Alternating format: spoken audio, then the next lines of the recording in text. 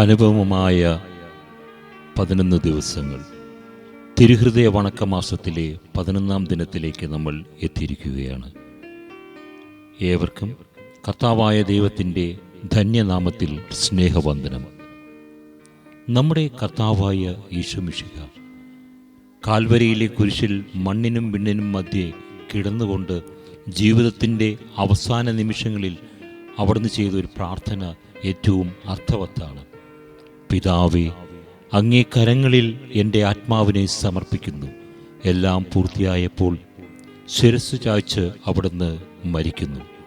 പിതാവിൻ്റെ ഇഷ്ടം നിവർത്തിക്കുകയായിരുന്നു ഈശോയുടെ മനുഷ്യാവതാര ഉദ്ദേശം. പിതാവ് നിശ്ചയിച്ച സമയം അവിടുന്ന് ലോകത്ത് പിറന്നു. പിതാവിൻ്റെ പദ്ധതിക്ക് അനുസരണം അവിടുന്ന് പ്രവർത്തിച്ചു. അവസാനം ദൗത്യത്തിൻ്റെ പൂർത്തിയിൽ അവിടുന്ന് മരിച്ചു. പ്രിയമുള്ളവരെ, നമ്മുടെ ജീവിതത്തിലുണ്ടാകുന്ന പ്രയാസങ്ങളുടെയും പ്രശ്നങ്ങളുടെയും പിന്നിൽ അദൃശ്യമായ ദൈവകരങ്ങൾ പ്രവർത്തിക്കുന്നുണ്ടെന്ന് വിശ്വാസത്തോടെ നമുക്ക് ജീവിക്കാം. ഞങ്ങളുടെ സമാധാനവും ആശ്വാസവുമായ ഈശോയുടെ ദിവ്യഹൃദയമേ, അങ്ങേ ഞങ്ങൾ ആരാധിക്കുന്നു.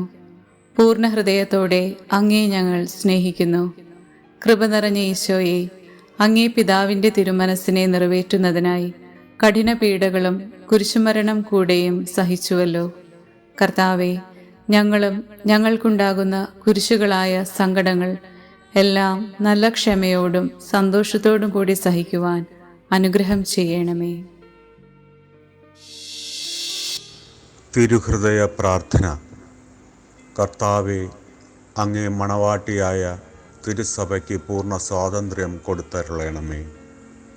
ഞങ്ങളുടെ പിതാവായ പരിശുദ്ധ പാപ്പായെ സംരക്ഷിക്കണമേ. എല്ലാവരും അങ്ങേ ഏക സത്യസഭയെ അറിഞ്ഞ് ഏക ഇടയൻ്റെ കീഴാകുന്നതിന് വേഗത്തിൽ ഇടവരുത്തണമേ.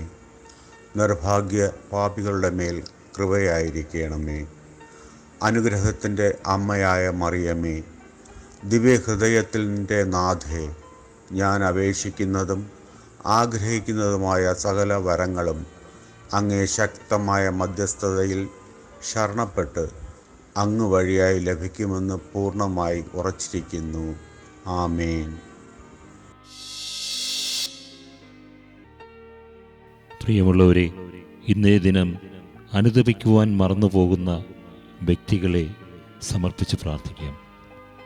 കുമ്പസാരമെന്ന കൂദാശയിലൂടെ അനുദപിച്ച് പ്രാർത്ഥിക്കുന്നവർക്ക് എത്രമാത്രം അനുഗ്രഹങ്ങളാണ് ലഭിക്കുക എന്ന് നമുക്ക് തിരിച്ചറിയാം. വിശുദ്ധ അൽഫോൺസ് ലിഗോരി പറയുന്നു, മേരി മഗ്ദലന അനുതാപത്തിൻ്റെയും സമുന്നത ധ്യാന പ്രാർത്ഥനയുടെയും അഥവാ പ്രണിധാനത്തിൻ്റെയും മാതൃകയാണ്. നിങ്ങൾ ഏതെങ്കിലും ഒരു പാപം ചെയ്യുമ്പോൾ ഉടനടി അനുദപിക്കുക. മേലിൽ പാപം ചെയ്യുകയില്ലെന്ന് പ്രതിജ്ഞ ചെയ്യുക. പാപം വലുതാണെങ്കിൽ ഉടൻ കുമ്പസാരിക്കുക. അതുകൊണ്ട് നമ്മുടെ ജീവിതം അനുഗ്രഹിക്കപ്പെടാൻ, വ്യക്തിപരമായി അനുഗ്രഹം പ്രാപിക്കാൻ നാം തീർച്ചയായും കുമ്പസാരിക്കുക കൂടി ചെയ്യേണ്ടതുണ്ട്. നമുക്ക് ആത്മാർത്ഥമായി കുമ്പസാരിക്കാം. അതുവഴി ആത്മീയവും ഭൗതികമായ നന്മകൾ സ്വന്തമാക്കുകയും ചെയ്യാം. കുമ്പസാരം അനുരഞ്ജനത്തിൻ്റെ കൂദാശയാണ്.